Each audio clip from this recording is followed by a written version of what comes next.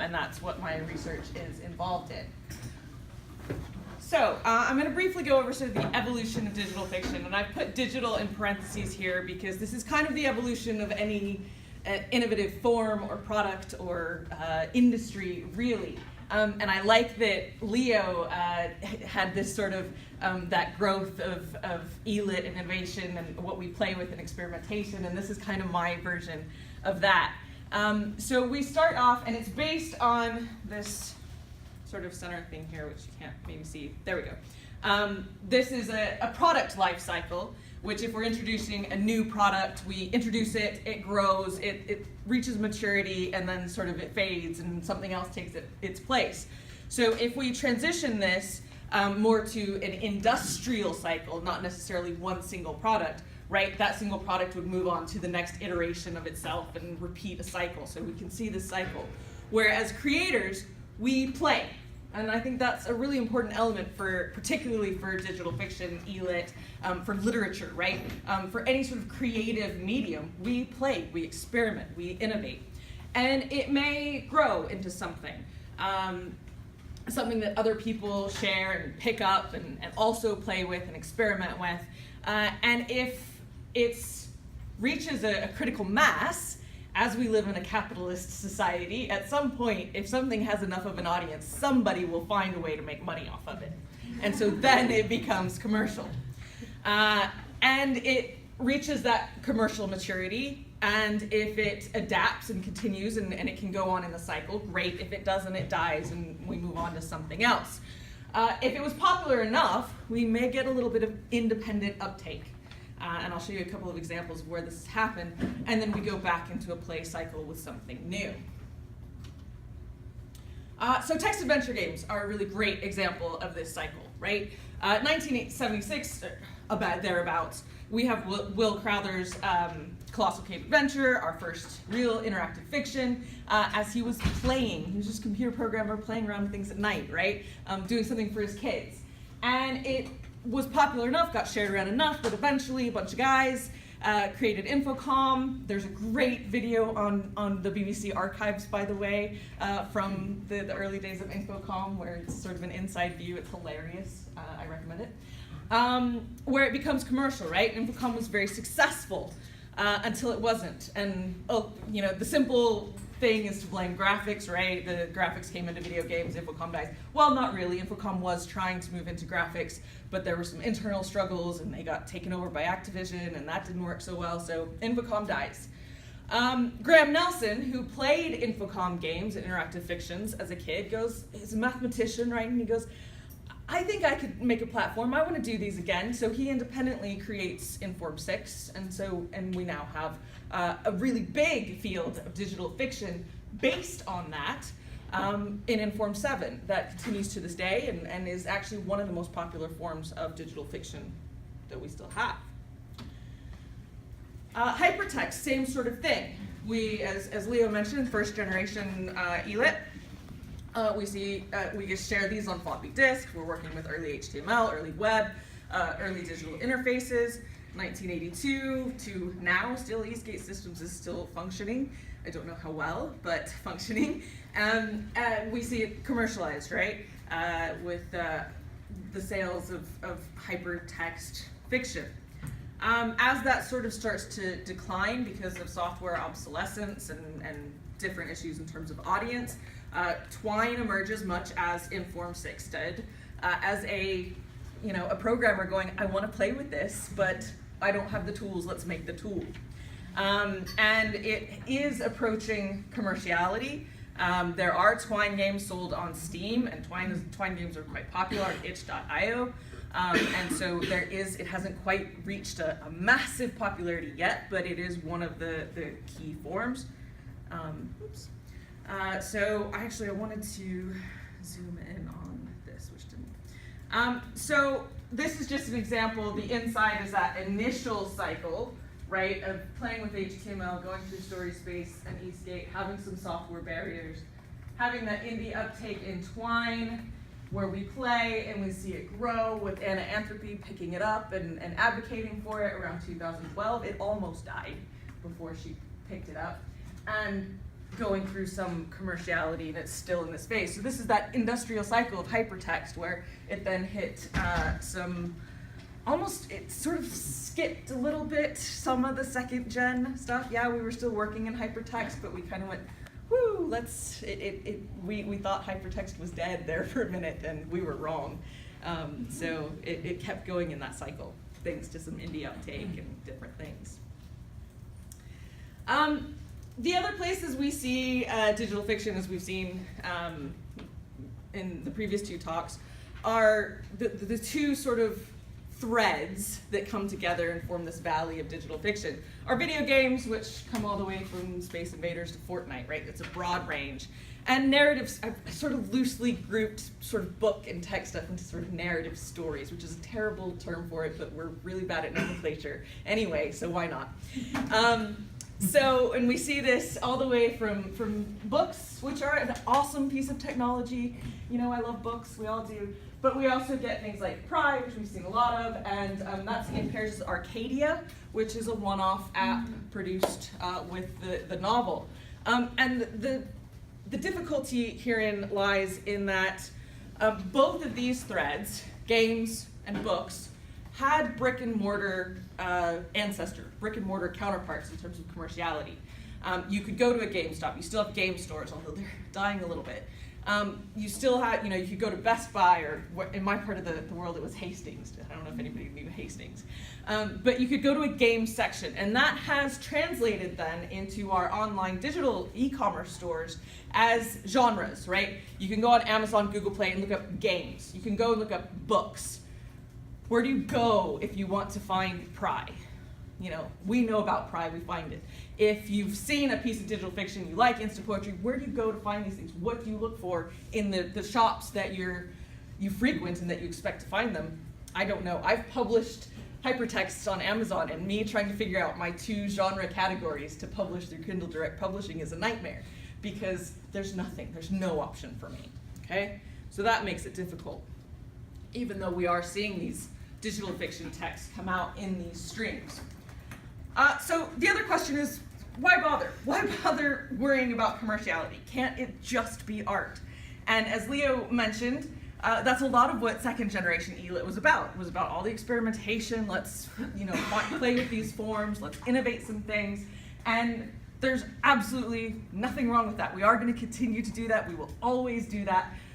But from my perspective, and this research for me came about as a period of horrific professional burnout, where my position of privilege as an academic, I wanted to end it all. I just wanted to walk away and do something else. And I went, yeah, but I don't write murder mysteries or romance novels or the things that are gonna get me to earn a living as a professional writer, as a creative writer.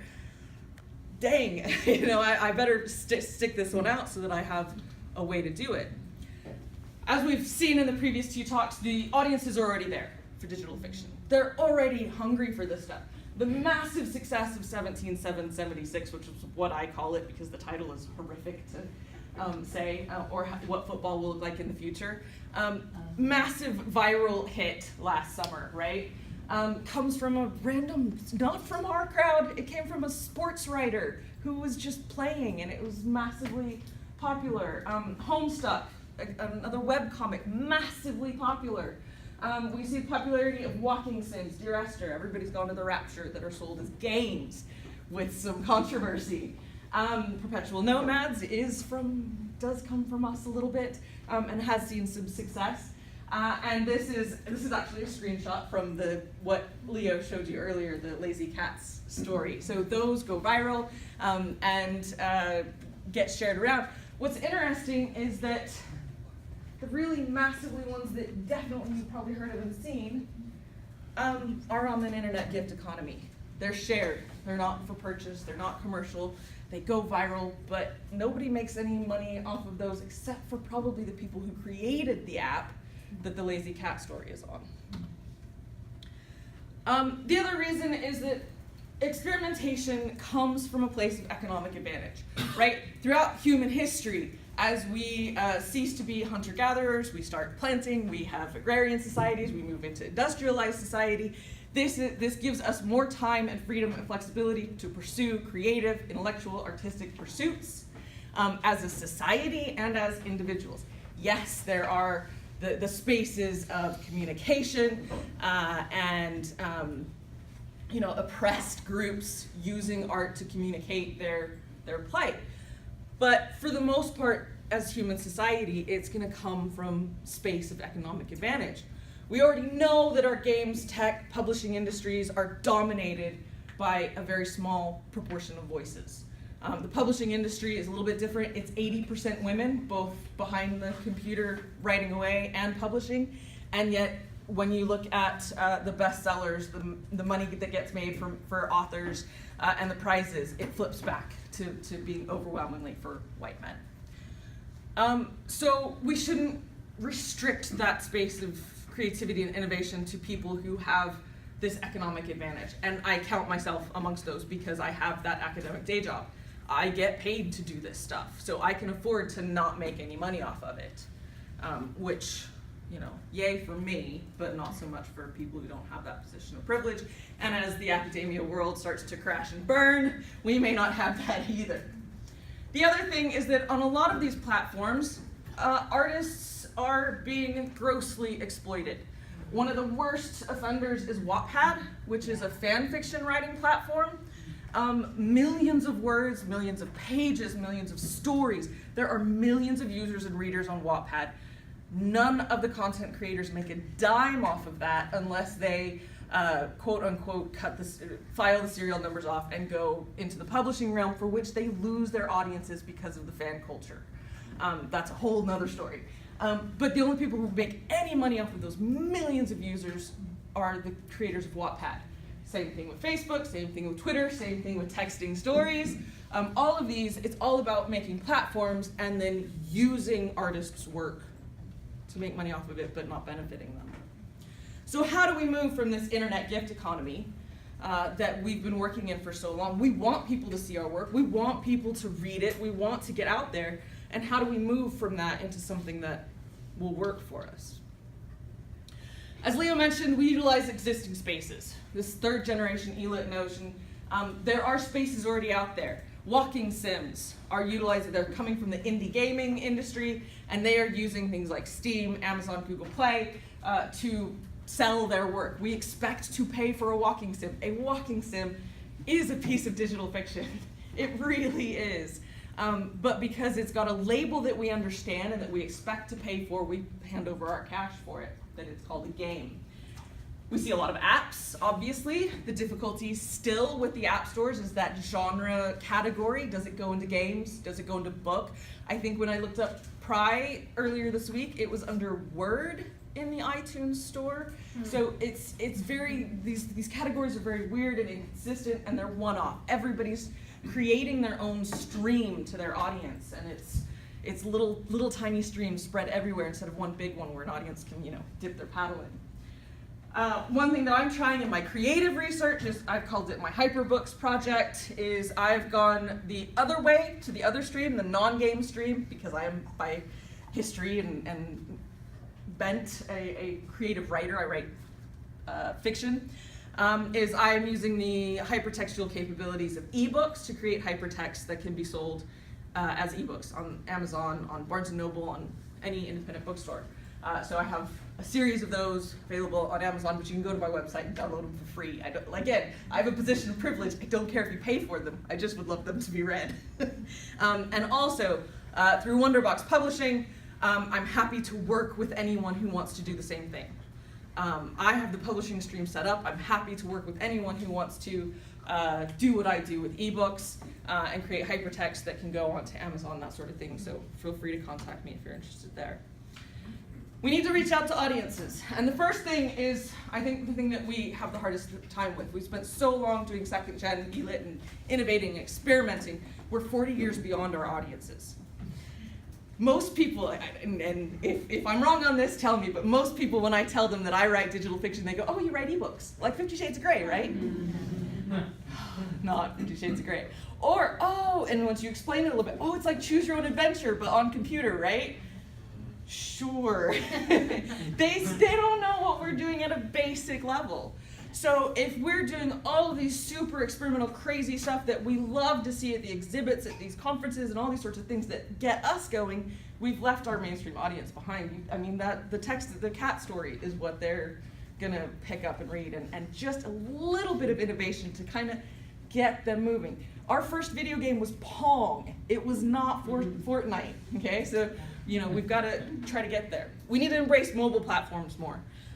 We can create a lot of content on desktop, and we can create it for mobile screens, but the success of Wattpad, for example, comes from the fact that it's a mobile app first.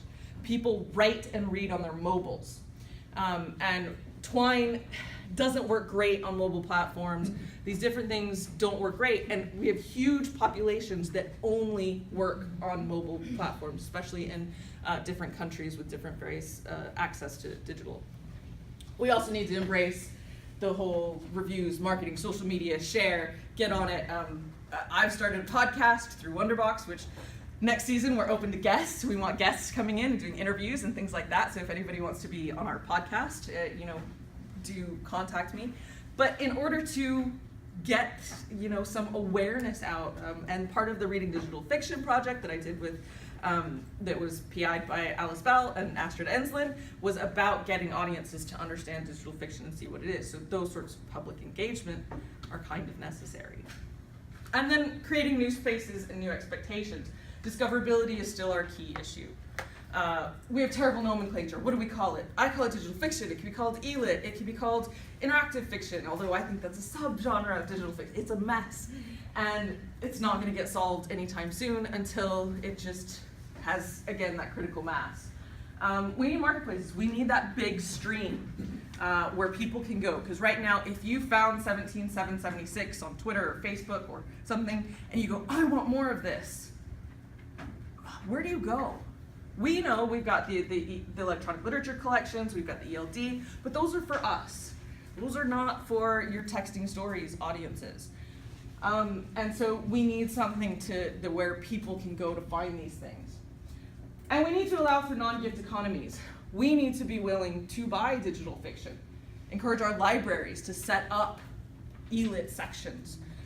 Because one of the big pushbacks I've actually had, I put in a grant to my Arts and Humanities Research Council, and the comments that I got back on doing this sort of thing, the comments that I got back from the reviewers were, oh dear God, you're not gonna make me pay for it, are you? Right. And I'm like, we pay for books, we pay for films, we pay for games. Why shouldn't we pay for this art that is serving us?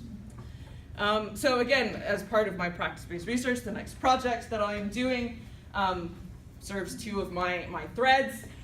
One is which it's to benefit, all proceeds for this will benefit causes that I think are near and dear to a lot of our hearts at the moment, but also it's a test run of an e-commerce stream. Because we will be taking donations for works, it will be a chance for me to set up an e-commerce site and see how people like to pay for things. Do people like subscriptions? Do they like freemium? Do they like rentals? Do they like are they willing to pay for it, and start to generate this sort of data so we can see what's happening. I've got postcards here for this if anybody wants to pick them up, and the QR code should work, but it will be emerging soon. So that's me done. Thank you very much.